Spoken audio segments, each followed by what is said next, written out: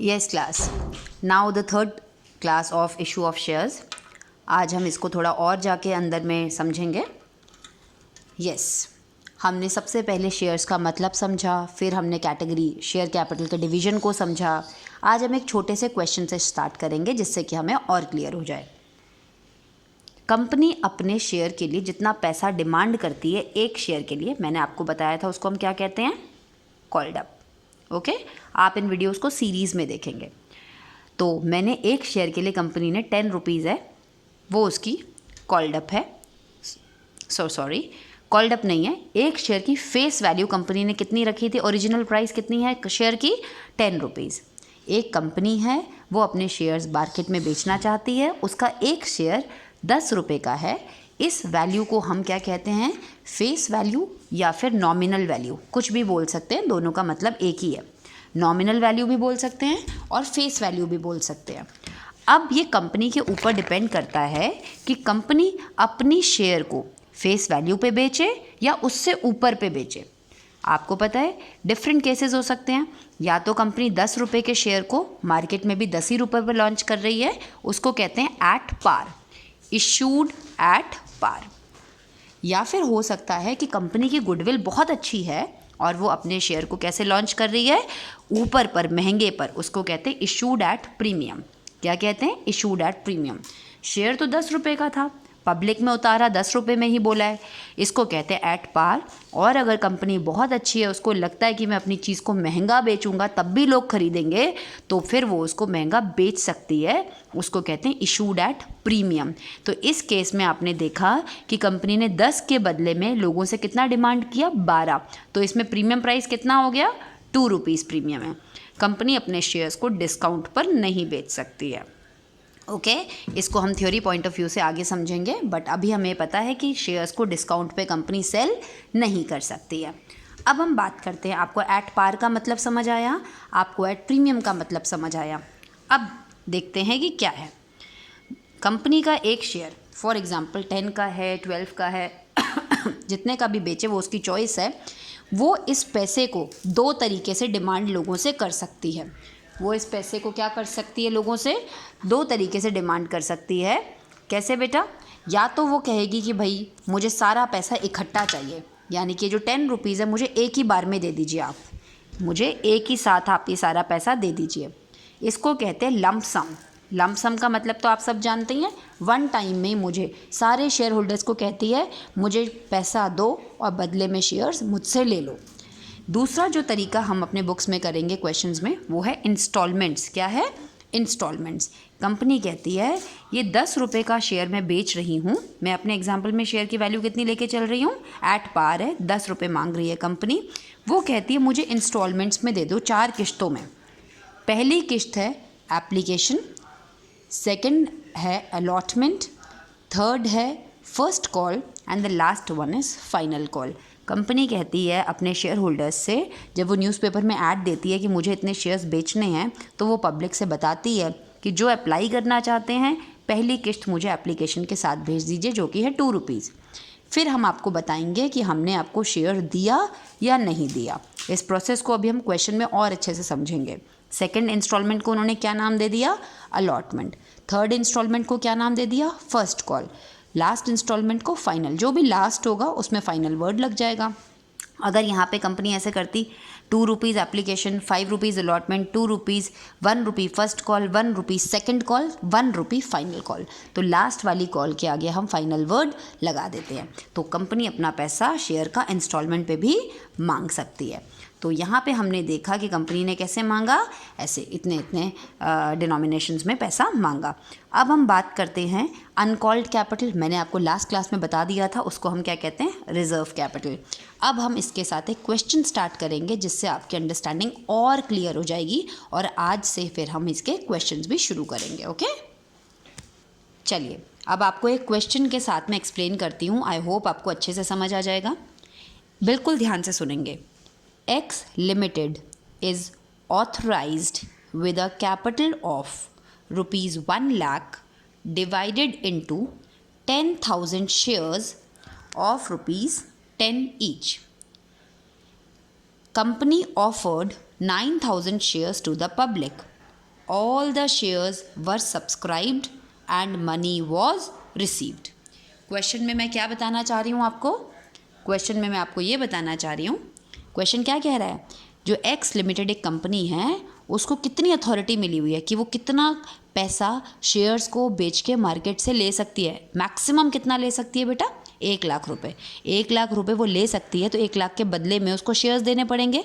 यानी कि 1 लाख रुपए में कितने शेयर्स आएंगे? अगर कंपनी का एक शेयर 10 रुपीज़ का है तो सोचो, 1 लाख रुपए और एक शेयर 10 का है, तो डिवाइड करके देख लो कितने शेयर्स आएंगे? 10,000 आएंगे। 1 लाख रुपए में कितने शेयर्स आएंगे? 10,000। इसका मतलब कंपनी मैक्सिमम कितने शेयर्स बेच सकती है? 10,000 शेयर्स बेच सकती है, इससे ज़्यादा वो नहीं बेच सकती। तो ये हो गई हमारी ऑथराइज्ड कैपिटल। देखते हैं कंपनी ने इशू कितने किए। कंपनी ऑफर्ड यानी कि company issued 9,000 shares to the public. लेकिन कंपनी का काम 9,000 शेयर्स बेच के चल रहा था, तो उसने केवल 9,000 इशू किए। All the shares were subscribed, और सारे के सारे शेयर्स बिक गए। एंड मनी वॉज रिसीव्ड, सारा पैसा मिल गया। कंपनी ने अपने एक शेयर को यानी कि 10 रुपीज़ को कैसे मांगा है लोगों से? उसने इंस्टॉलमेंट पे मांगा। Application 2, allotment 5, first call 2, second call 1। तो अब इस क्वेश्चन में आपको ये तो दिख रहा है ऑथराइज शेयर्स कितने हैं? 10,000। इशूड कितने हैं? 9,000। सब्सक्राइब भी कितने हैं? 9,000। अब आप मेरी बात पहले ध्यान से सुनेंगे कि मैं बोलना क्या चाहती हूँ, उसके बाद हम क्वेश्चंस को करेंगे। अब आप सारे बच्चे अपने आप को इमेजिन करिए, आपने न्यूज़पेपर खोला, उसमें लिखा था एक्स लिमिटेड शेयर्स बेचना चाहती है। आपने एक्स लिमिटेड के बारे में खूब अच्छे से सर्वे किया, रिसर्च किया, उसके बारे में पढ़ा और आप सब इंटरेस्टेड लग रहे हैं। एक्स लिमिटेड को तो नहीं पता कि कितने लोग खरीदने वाले हैं, बस एक्स लिमिटेड ने अनाउंसमेंट की थी कि अगर आप इंटरेस्टेड हैं तो अपना एप्लीकेशन भेज दीजिए, और एप्लीकेशन के टाइम पर आप कितने रुपए भेज देना? 2 रुपीज़ भेज देना। अगर आपको हम शेयर देंगे तो ठीक है, नहीं देंगे तो हम आपके पैसे रिटर्न कर देंगे। यही होता है लॉजिक। ठीक है, आप सब ने अपने अपने न्यूज़पेपर में एप्लीकेशंस ये देखा, जो सर्कुलर था ये देखा, और आपने सब ने अप्लाई कर दिया। कितने लोगों ने अप्लाई कर दिया? 9,000 लोगों ने। कंपनी को तो नहीं पता ना कितने आने वाली है एप्लीकेशन, उसको पहले से कैसे पता होगा कि कितनी एप्लीकेशन आने वाली हैं? उसने तो बस लोगों को कहा था कि अगर अप्लाई करना हो तो कर देना और कंपनी के बैंक अकाउंट में पैसा भेज देना। तो इसीलिए पहला स्टेप किसने लिया था? पब्लिक ने लिया था। क्या करके? अप्लाई करके। तो पहले स्टेप में कंपनी के पास क्या आ गया? पैसा आ गया। क्या आ गया? पैसा आ गया। कहाँ पे आया पैसा? बैंक अकाउंट में आया। कितना पैसा आया? कितने शेयर्स होल्डर्स ने अप्लाई करा है? 9,000 अप्लाई किया। सब्सक्राइब दिखाया था ना मैंने आपको, सब्सक्राइब 9,000 शेयर्स है। 9,000 शेयर होल्डर्स ने अप्लाई किया और हर एक ने एप्लीकेशन मनी जितनी कंपनी ने मांगी थी 2 रुपीज़ उतनी भेज दी। 18,000 पैसा आ गया। एंट्री सिंपल है, पैसा आता है कहाँ आ रहा है? Bank account debit. किस चीज़ का पैसा आ रहा है? ये पहली किश्त आई है मैम, उसका नाम है एप्लीकेशन, इसलिए हमने नाम लिख दिया शेयर एप्लीकेशन अकाउंट। 18,000। जब कंपनी के पास पैसा आ गया, उसके बैंक अकाउंट के खाते में पैसा आ गया, अब कंपनी ने बोला कि भाई ये एप्लीकेशन का खाता जो खुला हुआ है, एक्चुअल में ये पैसा आ किस चीज़ का रहा है? चाहे आप एप्लीकेशन मांग रहे हो, चाहे आप अलॉटमेंट मांग रहे हो, चाहे आप कॉल है, तो ये पैसा किस चीज़ का? सारा शेयर का ही है। तो कंपनी कहती है ठीक है, लेते वक्त तुम बताते रहना किस किस का पैसा है, लेकिन फाइनली है तो ये शेयर का ही ना। तो ये एप्लीकेशन खोलोगे, फिर अलॉटमेंट का खाता खोलोगे, फर्स्ट कॉल, इतने सारे खाते मत खोलो। ये एप्लीकेशन को हटा दो और सीधा इसको शेयर मान लो, क्योंकि है तो पैसा शेयर का ही। ठीक है जी। तो पहली बार में आपने बैंक अकाउंट में पैसा आया कंपनी के, किसने दिया था? पब्लिक ने। फिर कंपनी ने क्या किया? उस एप्लीकेशन के पैसे को क्या करा? अपनी शेयर कैपिटल अकाउंट में ट्रांसफ़र कर दिया। उसने बोला अब ये एप्लीकेशन खोलो, अलॉटमेंट, कुछ नहीं, झंझट नहीं करना।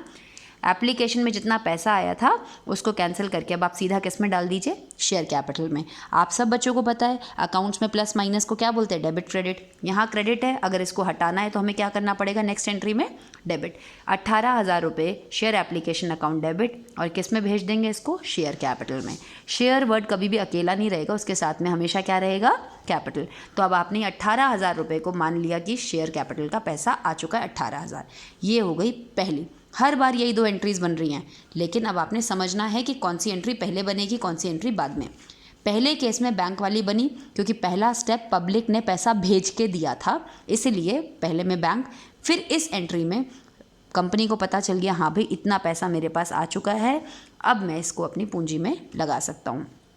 फिर अब सेकंड स्टेप से अब लोग बेचारे घर में बैठे हैं, वो तो पैसा भेज के इंतज़ार कर रहे हैं कि भाई हमें शेयर मिले या नहीं मिले।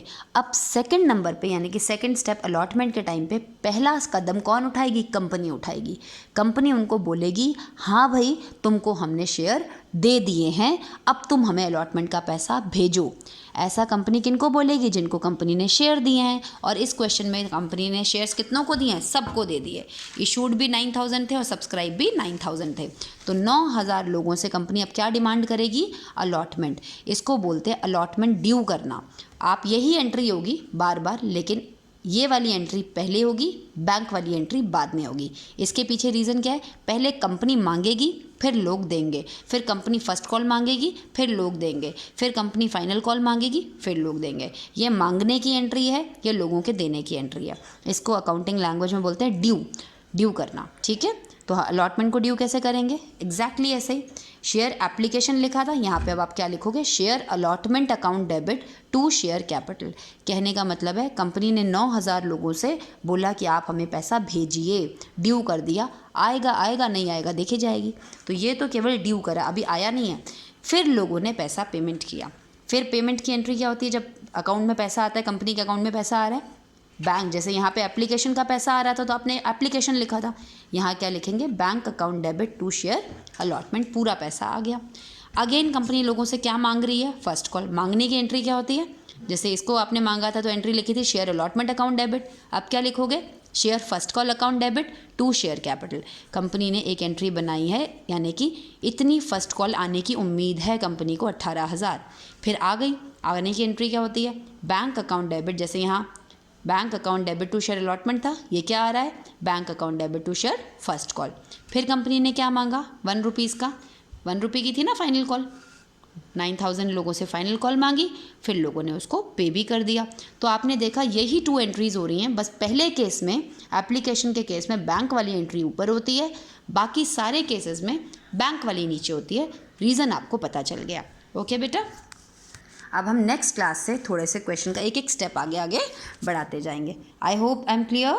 ओके।